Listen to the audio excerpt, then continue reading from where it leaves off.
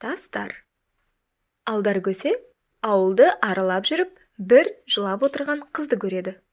Ол қыздың жанына келіп, «Қызым, не болып қалды? Неге жылайсың?» дейді Алдар.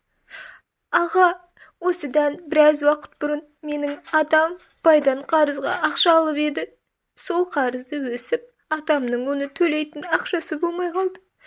Ал бай, егер қарызыңды қайтармасаң, маған өз немереңді тұрмысқа бересің, деп отыр. Бұған қайтып жыламайын. Әлгі кәрі байдың әйелі боламын ба?»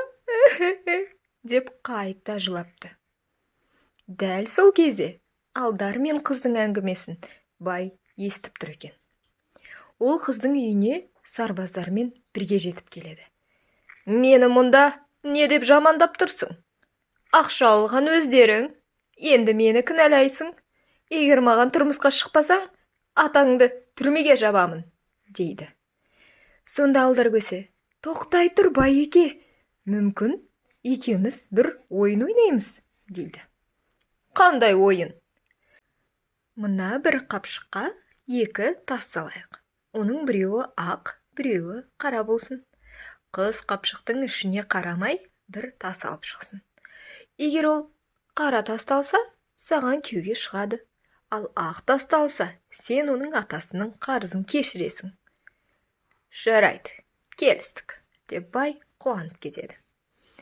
Ол Алдар көседен қапшықты алып, ішіне екі бірдей қара тасты салып қояды.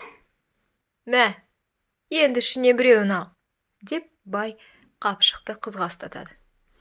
Қыз бір тасты алып шығады. Оның түсін енді қарайын дей бергенде, Алдар тасты ешкімге көрсетпей алып алады. Мұны түсінбеген бай, «Ей, сен не істеп жатырсың?» деп сұрай бергенде, Алдар көсе тасты лақтырып жібереді. «Ей, мынауың не? Енді оның қандай тас екенін қалай білеміз?» деп бай қатты ашуланады.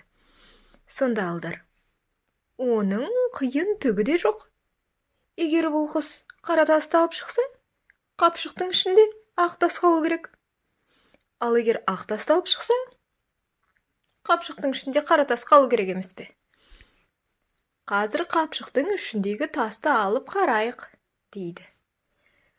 Алдар көсе қапшықтың ішін ашса, онда қара тас жатыр екен.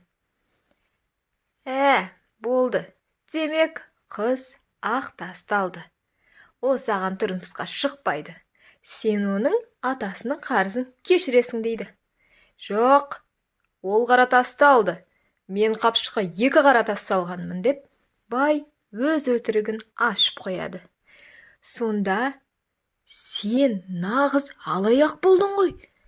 Екі қара тасты салып, сен мені, қызды және оның атасын алдамақ болдың. Сарбаздар, мына байды түрмеге алып кетіңдер», деп Алдар көсе сарбаздарға бұйырады. Олар байды алып кетіп, қыздың атасын босатып жібереді. Солай Алдар өз қулығымен қызды бақытсыздықтан құтқарады.